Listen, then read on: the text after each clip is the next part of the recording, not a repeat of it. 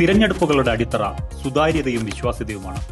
ഈ അടിത്തറ കൂടുതൽ ശക്തിപ്പെടുത്തുന്നതിനായി കഴിഞ്ഞ 6 മാസത്തിനിടെ ഇന്ത്യൻ തിരഞ്ഞെടുപ്പ് കമ്മീഷൻ 28 പുതിയ സംരംഭങ്ങൾ ആരംഭിച്ചിരിക്കുന്നു. ഈ സംരംഭങ്ങൾ 6 വിഭാഗങ്ങളായി വിഭജിച്ചിരിക്കുന്നു.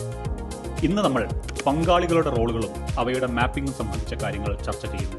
1 കോടിയിലധികം തിരഞ്ഞെടുപ്പ് ഉദ്യോഗസ്ഥരുടെ സമഗ്രവും നിരന്തരവുമായ ശേഷി വികസനം നടപ്പാക്കുന്നതിനായി ഈ വർഷം മാർച്ചിൽ ഇന്ത്യയിലെ എല്ലാ സംസ്ഥാനങ്ങളിലെയും കേന്ദ്രഭരണ പ്രദേശങ്ങളിലെയും മുഖ്യ തിരഞ്ഞെടുപ്പ് ഓഫീസർമാരുടെ 2 ദിവസത്തെ സമ്മേളനം കമ്മീഷൻ സംഘടിപ്പിച്ചു.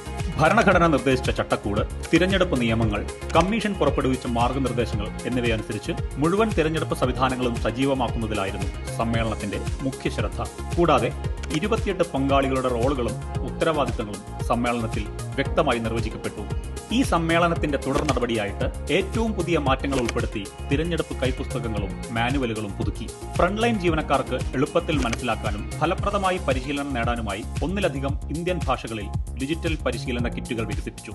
പരിശീലനത്തിന്റെ നിലവാരം ഉയർത്തുന്നതിന് ആനിമേറ്റഡ് വീഡിയോകളും സംയോജിത ഡിജിറ്റൽ ഡാഷ്ബോർഡും പ്രയോജനപ്പെടുത്തി.